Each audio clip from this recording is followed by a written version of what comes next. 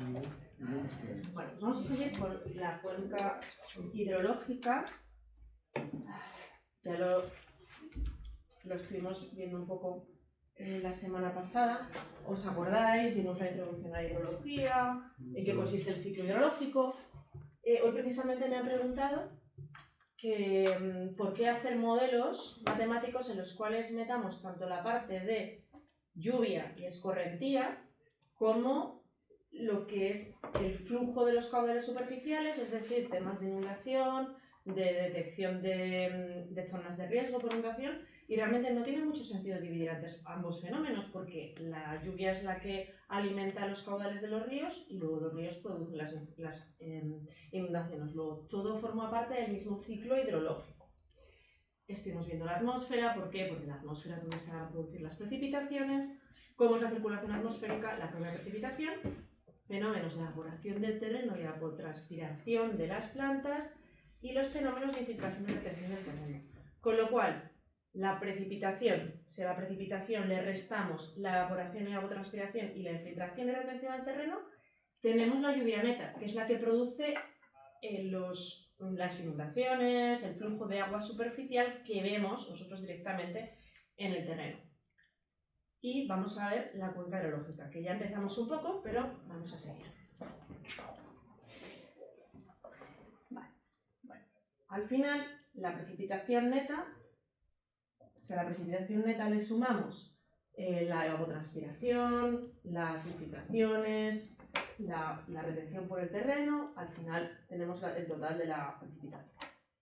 Vale, aquí tenemos todos, esto lo vimos el otro día, el almacenamiento del suelo, y al final nos da la precipitación neta o efectiva. Muchas veces, en lugar de hacer un cálculo de escorrentía, porque puedes tener en un modelo, aplicas toda la lluvia que está cayendo y el propio modelo tiene elementos que restan estas retenciones, evaporaciones e infiltraciones, pero hay a veces que lo que hacemos es directamente aplicar la lluvia neta y entonces suponemos que la superficie es totalmente impermeable y lisa, que no retiene. Son las dos formas de resolver este mismo problema. Vale, vimos el planteamiento teórico, acordaos, y entendimos por qué se llega a un punto de equilibrio de caudales sobre un plano inclinado cuando al final tenemos una lluvia que tiene la misma duración que el tiempo de concentración de la cuenca. ¿Vale? ¿Os acordáis de esto, más o menos? Bueno, ya lo veremos cuando hagamos las simulaciones y lo repasaremos después. ¿Vale? Y vimos también cuáles son las partes de un hidrograma. Vamos a ver, este sería un hidrograma en el cual empieza la lluvia y termina la lluvia antes de que se desarrolle del todo, es decir, la lluvia se interrumpe antes de tener una duración que equivale al tiempo de concentración de la cuenca, y si el tiempo de concentración de la cuenca, si la lluvia alcanza ese tiempo de concentración, alcanzaremos un máximo, que incluso puede ser que sea, que sea un hidrograma en el cual, mejor, antes de ir a lo que es la cuenca, esto creo que lo vimos también, si nosotros tenemos una lluvia que excede el tiempo de concentración, ya no va a seguir creciendo el caudal, o sea, el caudal tiene una rama ascendente, muy acusada al principio, luego menos, cuando llega, se estabiliza, cuando hay igualdad de intensidad de precipitación, aunque dure más la lluvia para la misma cuenca, no aumenta el caudal y luego bajaría cuando deje de llover. Y estudiamos las partes de un hidrograma, con su rama ascendente, lo que es la lluvia neta, veis aquí quitaríamos las pérdidas, y lo que es la curva de bajada y la curva de agotamiento, que al final representa, tenemos, esto sería lo que es el hidrograma solamente provocado por la lluvia, crece más lentamente, baja abruptamente, pero luego hay otra serie de caudales que son subterráneos, que tienen una cierta amortiguación y que se producen en el momento que hay una lluvia, pero que al final, sumando todos, nos dan el hidrograma de respuesta hidrológica de una cuenca que conocemos. Podemos analizar un hidrograma gráficamente, con los puntos A, donde empieza a llover, más que empieza a llover, empieza la escorrentía superficial, porque al principio todos son pérdidas, y el punto B, donde cambia la pendiente descendente, que corresponde con la curva de caudales subterráneos. Vale, ahora vamos a estuvimos viendo las características de la cuenca hidrológica, el área, la curva isométrica, la pendiente, el tiempo de concentración, que es el tiempo que tarda en recorrer una gota de agua desde el principio de todo, el punto más alto, más alejado del punto de concentración de la cuenca, hasta el final, el tiempo de la y un poco qué pasa con una cuenca. Al final podemos tener una cuenca hidrológica que superficialmente tenga una delimitación, pero si los estratos impermeables no coinciden con los límites topográficos de las divisorias, tendrá otras, digamos, fronteras, ¿no? Que nosotros no podemos apreciar a simple vista, que tendríamos que hacer un estudio hidrogeológico. Vimos lo que es la curva isométrica, la pendiente y la pendiente media, y cómo se calcula el tiempo de concentración de una cuenca. Hay una forma gráfica y luego hay una serie de fórmulas empíricas o por métodos hidráulicos. Esto lo vimos como muy rápido, ¿vale? Al final, cómo se calcula y cómo en el ejercicio que yo os voy a poner, y que en el examen también va a caer, lo típico es que utilizamos una serie de fórmulas. Yo os voy a pedir que os sepáis estas fórmulas de memoria, porque no tiene sentido, pero sí que sepáis qué significa cada uno de los términos. Entonces, al final, todos queremos saber el tiempo de concentración, que se mide en minutos, y luego tenemos pues la longitud, la pendiente, podemos tener el área, depende, cada uno de estos términos pues va a representar un concepto diferente. En este caso, I representa siempre la intensidad de lluvia, porque cuanta más agua cae, más rápido va el agua. Luego es un factor determinante, pero en general no se suele usar porque si no, para cada lluvia hay que volver a hacer ese estudio. Y es un poco pesado porque normalmente estudias varios tipos de lluvias a la vez para una misma cuenca. Así que normalmente no se suele utilizar. Y luego se pueden utilizar métodos hidráulicos, es decir, estimando la velocidad que tarda el agua en recorrer el cauce, y hay pues distintos gráficos que se pueden usar, o hacer un Manning con una pendiente media, se puede ver cuánto se tarda en llegar. Ahora vamos a empezar por la parte del análisis de los fenómenos estadísticos, los fenómenos hidrológicos. Entonces, bueno, aquí que he querido representar, que al final podemos tener distintos análisis estadísticos, distintas distribuciones estadísticas del fenómeno hidrológico. Y en general hay un par de aproximaciones que son las que mejor representan las series. Hay que tener en cuenta que para caracterizar un fenómeno que se repite muchas veces a lo largo del tiempo, pero con distintos valores, la ciencia que estudia ese tipo o que analiza fenómenos aleatorios, en este caso más o menos lo son, es la estadística. Entonces vamos a aplicar la estadística a entender los fenómenos que tienen que ver con la hidrología. ¿Y cuáles van a ser? Pues por una parte las precipitaciones y por otra parte los caudales.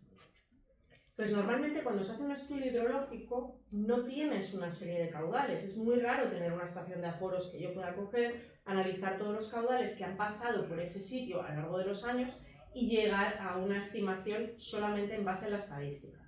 Porque las estaciones de aforos, imaginaos, pensad en el río Ebro cuando tiene una crecida, aunque sea una estación automática, por donde tenemos, imaginaos que está en Zaragoza, donde tenemos la estación de aforos, realmente es muy complicado medir cuánta agua está pasando por esa sección y posiblemente el agua se esté desbordando por otros lugares. Luego no vamos a tener una medida muy buena. Y por otro lado, las estaciones de aforos es algo relativamente moderno.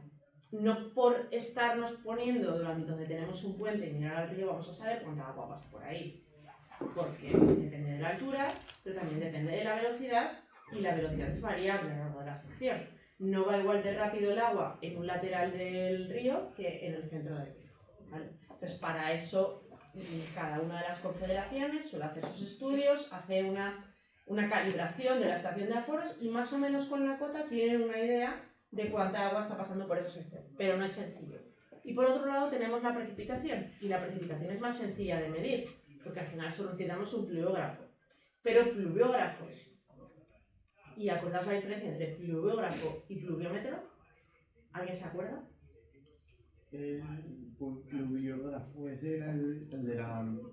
Era como lo que retenía agua, ¿no? Ese es el metro. Todos miden el agua. Pues entonces no me acuerdo. Vale. A ver, al final, cualquier elemento de medición que acabe en grafo es que va escribiendo, va tomando los datos. Entonces, un pluviómetro simplemente es un aparato en el cual sabemos el volumen, está graduado el volumen, recogemos el agua 24 o 12 horas, medimos lo que hay y ya sabemos lo que ha llovido. Y si tenemos un pluviógrafo está continuamente midiendo lo que cae en cada momento. Realmente se basa en una balanza que cuando llega, es una balanza que va cambiando el peso de lado a lado, cuando rellena un lado cae el agua y empieza a rellenar el otro lado. Y según el tiempo que tarde en rellenarlo, mide la cantidad de agua que ha caído. Entonces, una vez que tenemos esos datos, hay que analizarlos. ¿Y para qué creéis que se analizan esos datos? Para ser previsor en el futuro. Por ejemplo, para saber qué es lo que ha pasado en el pasado y qué puede ocurrir en el futuro, porque al final los ingenieros tenemos que fijarnos en los eventos extremos. Pero ¿cuál es el evento extremo? Hay que caracterizarlo, hay que saber hasta dónde vamos a llegar. Y para eso entra el concepto de probabilidad. ¿Habéis dado estadística? Todavía no. Bueno, no. Un poco. Vale, vamos a empezar por la primera definición. La probabilidad. Pues la probabilidad de un suceso es directamente el cociente entre el número de casos favorables y el número de casos posibles. Vale, vamos a ver. Si yo quiero saber la probabilidad de que en 24 horas en Villanueva de la Cañada me caigan 20 litros de lluvia todo el día, 24 horas, valga la redundancia, ¿cómo creéis que puedo sacar esa probabilidad? ¿Cuánto te cae en 24 horas? Aquí. Quiero saber cuál es la probabilidad de que caigan 20 litros en 24 horas, o más. ¿Vale? Siempre es esto o más. O la inversa, que será esta o menos. Entonces imaginaos que me sale una probabilidad del 10%. Eso quiere decir que el 10% de los días me puede caer una lluvia de 20 milímetros o más. ¿Vale? ¿Entendéis todos el concepto?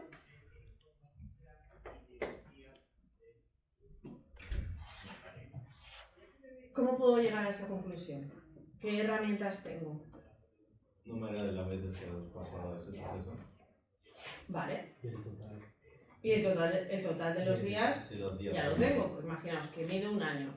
Vale. Mido un año y cada día voy midiendo cuánto he midido. 0, 0, 5, 10, 0, 0, 20, así, ¿no? Y digo, vale, 365 días tengo esta probabilidad en este año. Tantos días paso de 20. Pero ¿qué ocurre? Que realmente no me vale con un año. Porque además estoy hablando normalmente cuando hablo de probabilidad, en general en hidrología estamos hablando de probabilidad que te ocurra en un día, pero probabilidad anual. Entonces necesitamos varios años de todos los días tomar la lluvia. Lo que se hace es que se sacan cuáles han sido los días pésimos, el día que más lluvia ha habido, haces una distribución y una vez que tienes ordenada la muestra, cortas en la probabilidad que tú quieres. 20%, entonces, vale, pues tengo, por ejemplo, digo 20 litros, pues me sale 20%, me sale 10%, lo que sea. Pero para eso necesito suficientes datos. ¿Qué ocurre? Tenemos más datos de lluvia, porque es más fácil medir lluvia que caudales. Es más sencillo técnicamente o tecnológicamente, pero así tampoco tenemos tantos datos. Y para poder tener una serie suficientemente buena, estadísticamente tenemos que tener entre 33, como mínimo 33, 50 años. No ha habido tantos años de registros en muchos lugares. Bueno, seguimos con lo que es la probabilidad. Entonces, la probabilidad asociada a un fenómeno siempre tiene que ser mayor o igual que 0. que lluevan aquí 200 litros por día, la probabilidad será muy pequeña, pero es muy difícil que sea cero. Siempre va a ser muy pequeña, pero es difícil que sea cero. Y la probabilidad del número de casos posibles siempre es 1, porque es el 100% de los casos, o sea, el universo de casos, la probabilidad es 1. Si tenemos dos sucesos incompatibles, la probabilidad, es decir, que no se superponen, o caen 20, ¿vale? O, bueno, si caen 20 o caen 50 sí que se superponen, porque para que caigan 50 primero tienen que caer 20, es decir, la probabilidad de 20 está dentro, o digamos, está dentro de la de 50, pero para tener la probabilidad de dos sucesos incompatibles tenemos que tener la suma de las probabilidades de ambos sucesos. Y si A es la probabilidad del suceso A, la probabilidad del suceso contrario, es decir, que llueva menos, si tenemos un 20% de posibilidades de que lluevan 20 litros en un día, la probabilidad inversa será el 80%, de que lluevan menos de 20 litros. Y bueno, pues si un suceso A está contenido en otro suceso B, por ejemplo, que lluevan 20 litros está contenido en que lluevan 50, porque primero llueven 20 y luego 50. Luego la probabilidad de A siempre será mayor a la de B, y siempre pues la probabilidad de cualquier suceso tiene que ser menor o igual a la unidad. Por ejemplo, la probabilidad de que no llueva nada, o que al menos llueva 0 milímetros, es 100%, porque no puede haber nada menor. Y cuando tenemos la probabilidad de la unión de dos sucesos, es la probabilidad de A más B menos la probabilidad de la intersección de los dos.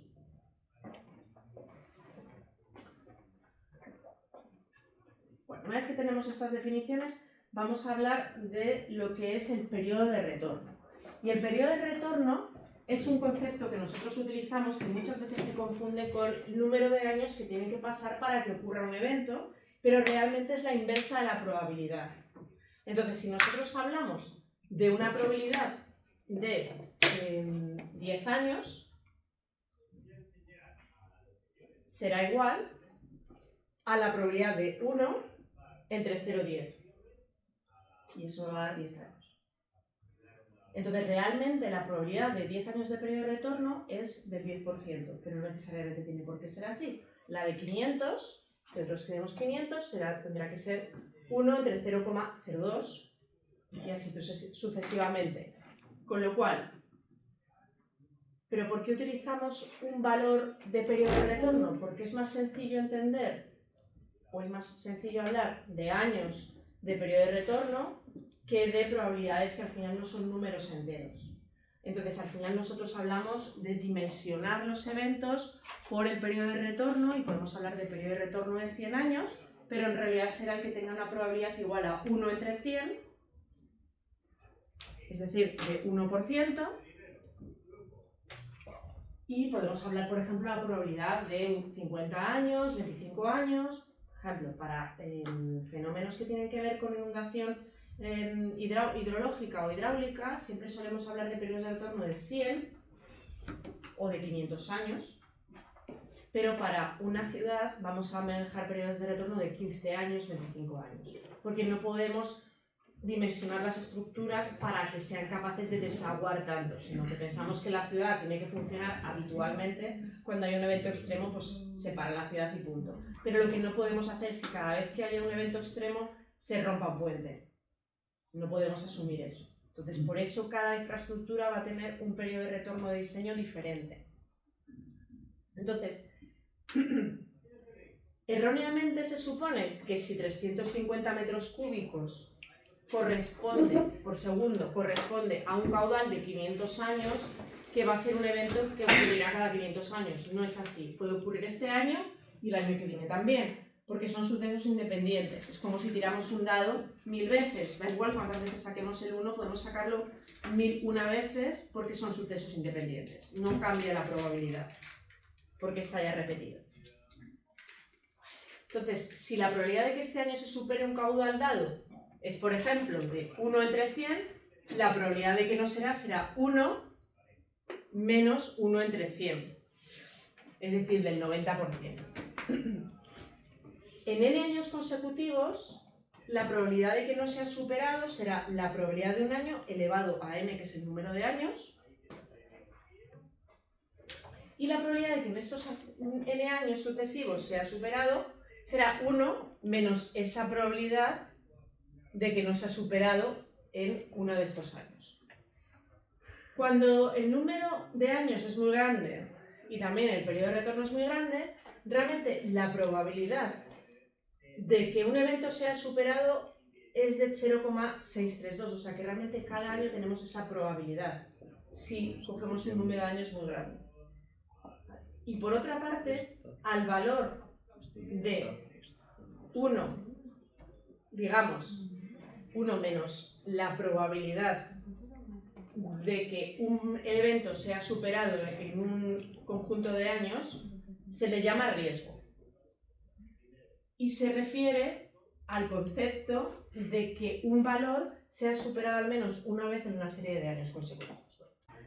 Lo importante es que entendáis que la probabilidad y el tiempo de concentración y el periodo de retorno son valores inversos y que no confundáis que son 50 años que no pasa un evento, sino que es un valor que se refiere a la probabilidad.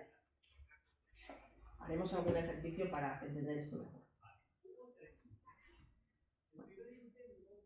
Ahora vamos a hablar de distribuciones estadísticas. Por ejemplo, una vez que tenemos una serie de datos, pueden ser caudales o pueden ser precipitaciones, ¿qué hacemos con ellas? Bueno, pues imaginaos que estos son los caudales diarios durante un determinado periodo de un día.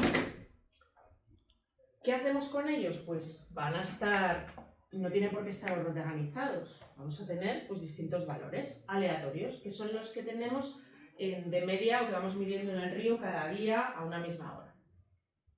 Entonces, de una variable aleatoria discreta, en este caso sería el caudal, vamos a tener X valores, y los valores van a ser X1, X2, X3, hasta XP. Y esas frecuencias de resultados van a ser N1, N2, hasta NP. Al final, la distribución estadística es la distribución de parejas de valores de estas variables estadísticas cuya frecuencia de que ocurra. Entonces, la función de probabilidad es la variable estadística que asigna a cada valor de la serie X su probabilidad P de X. Por tanto, una vez que tenemos estos valores de caudales, le podemos asignar su probabilidad, la probabilidad de que ocurra. Entonces, veis, aquí tenemos en todo un año o en un periodo, durante 70 días, prácticamente 70 días, hemos tenido un caudal menor de 50. Si vamos aquí, vamos a la probabilidad, pues ordenamos que, como tenemos todo ese evento, el número total de sucesos son todas las veces que hemos registrado los caudales. Imaginaos, lo hemos registrado 100 veces. Y de estas 100 veces, aunque van a ser unas pocas más, posiblemente sean unas 1000, 70 hemos registrado entre 0 y 50. Pues obtenemos la probabilidad. Pues la probabilidad es un poco menor de 0,20. Resulta que el caudal que más se repite está entre 50 y 100. Se ha repetido 120 veces y todas las veces que lo hemos medido. Pues nos va a dar una probabilidad mayor, 0,35. Es decir, el 35% del tiempo vamos a tener estos caudales. Y así con cada uno de ellos. Y obviamente los últimos caudales que se repiten muy poco, que son caudales extremos, van a tener una probabilidad muy pequeña. Esa es la manera de empezar a trabajar con una serie de datos, asignándoles a cada uno de esos valores su probabilidad. Y lo que hacemos en este caso es organizarlos por franjas de valores o por intervalos para poderlo clasificar mejor. Entonces, ¿cómo hacemos para trabajar con esto? Pues al final la función de distribución lo que hacemos es asignar, tenemos que de 0 a 50 tenemos una probabilidad de 20%, ¿Os acordáis? Es que luego sumábamos el 35%, pues llegamos al 55%, o sea, vamos como haciendo la suma de los valores, porque para tener un valor de 100, primero tenemos que pasar por los valores de 50. Esto se va acumulando hasta que llegamos que la probabilidad acumulada va a ser 1. Entonces ya tenemos nuestra función de distribución. Vale, afortunadamente, todos estos valores y las funciones de distribuciones estadísticas ya están parametrizadas para casi todos los sitios donde vamos a trabajar en España. Y solamente habrá que hacerlos en caso de que no tengamos ese análisis previo.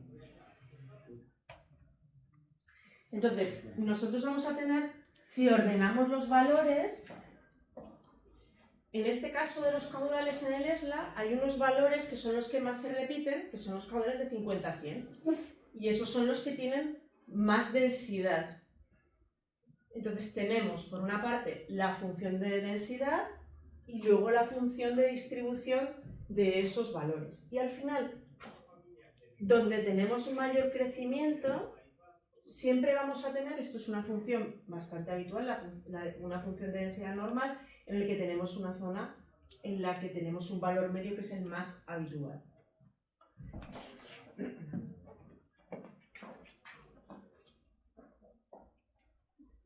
Entonces, cuando tenemos para una determinada variable continua x, que estamos midiendo con función de densidad f de x y función de distribución f mayúscula de x, la probabilidad de que x tome un valor menor que 1 dado es la superficie establecida entre dicho valor y el mínimo para la función de densidad. Mientras que el valor de la ordenada, de la y, para dicho valor es la función de distribución. Vamos a hablar también de otros valores. Para analizar una serie de valores que queremos analizar desde el punto de vista estadístico, primero tenemos que hablar de la media aritmética. La media aritmética a veces para una serie de datos también se llama el momento de primer orden y representa la distancia al origen del centro de distribución. Es decir, sumo todos los valores, los divido entre el número de valores y tengo la media aritmética.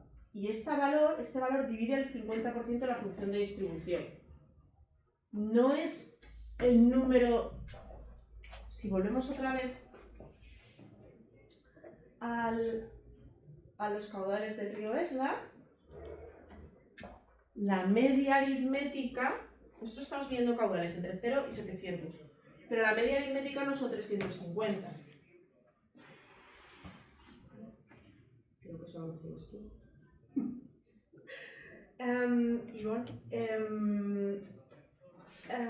La media aritmética no es esta, sino que va a estar más bien más cerca del 100, porque aquí tenemos mucha más densidad de valores.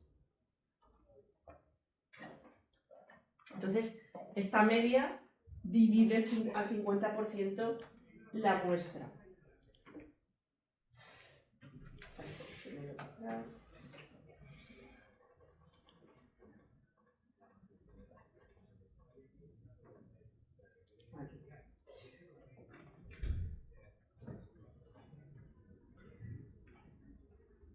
Y luego otro valor que es interesante es la varianza.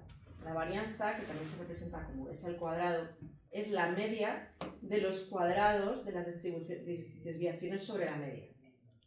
¿Cómo se mide? X es la media, entonces si a cada uno de los valores de la serie le restamos la media, va a dar un valor positivo o negativo. Como lo damos al cuadrado, se quita el signo y lo dividimos por 1 menos el número total de valores menos 1. Y por eso pone que está elevado al cuadrado, porque realmente es la media de los cuadrados de las desviaciones sobre la media. Si la varianza es muy amplia, significa que la distribución está muy extendida, si no, puede ser que está muy concentrada en un valor medio.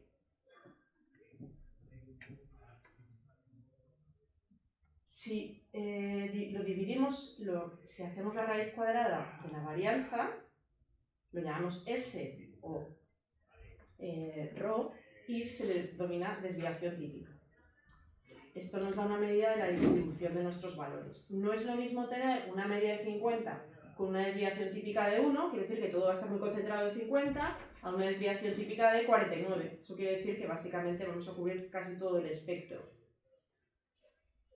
Y luego tenemos el coeficiente de varianza, que es la desviación típica entre x, y el sesgo, que es el momento de tercer orden entre la varianza, la desviación típica al cubo, y eso también es un momento de tercer orden, es la diferencia de los valores de las diferencias entre la media de todos los valores elevados al cubo, divididos entre el número de valores elevados al cuadrado, menos 1, menos 2, y con esto podemos tener otro valor que nos representa un poco cómo es la distribución estadística. Vamos a ver qué significa cada uno de estos valores aplicados a una variable hidrológica. Cuando tenemos una serie de valores de una variable hidrológica, lo primero que se hace es calcular la media, la varianza o desviación típica y el coeficiente de sesgo. Eso es lo primero sin tener que aplicar la probabilidad del suceso. Para poder asignar la probabilidad, primero tenemos que ordenarlos. Entonces se comienza a ordenar los valores en orden decreciente de valor. ¿Por qué? Porque la probabilidad de que llueva 1 milímetro está contenida en que llueva 100. Luego vamos a ir organizándolos de esa manera. Entonces, a cada variable se le hace corresponder un valor de la probabilidad. Y el criterio más sencillo es: la probabilidad va a ser igual a 1 entre el periodo de retorno, como hemos hablado. ¿Pero cómo calculamos ese periodo de retorno? Pues lo más fácil es poner la posición m en la tabla ordenada y n el número total de valores de la variable. Pero hay que tener en cuenta que el número total de valores es incluyendo valores repetidos, es decir, muchos días me puede llover 1 milímetro. Tengo que tener en cuenta todos esos días, no me vale solo un valor único para cada valor numérico de la variable. O igual que los caudales. Puedo tener muchos días que tenga 50 metros cúbicos por segundo. Y tengo que tener en cuenta todos esos valores. Y luego otra opción también es un criterio de Weibull, que es darle directamente m entre el número de valores más 1, siendo m la posición en la tabla ordenada. Vale. Normalmente para las variables estadísticas se utilizan, variables estadísticas hidrológicas, se utilizan dos tipos de distribuciones. La más sencilla es la distribución de Gumbel, que es una distribución normal, y el método Log-Pearson 3, que emplea los logaritmos de la serie. Si tuvierais que hacer esto alguna vez, hay algunos programas que ayudan a hacer este análisis estadístico, o incluso Excel, y las funciones que definen las probabilidades están ahí.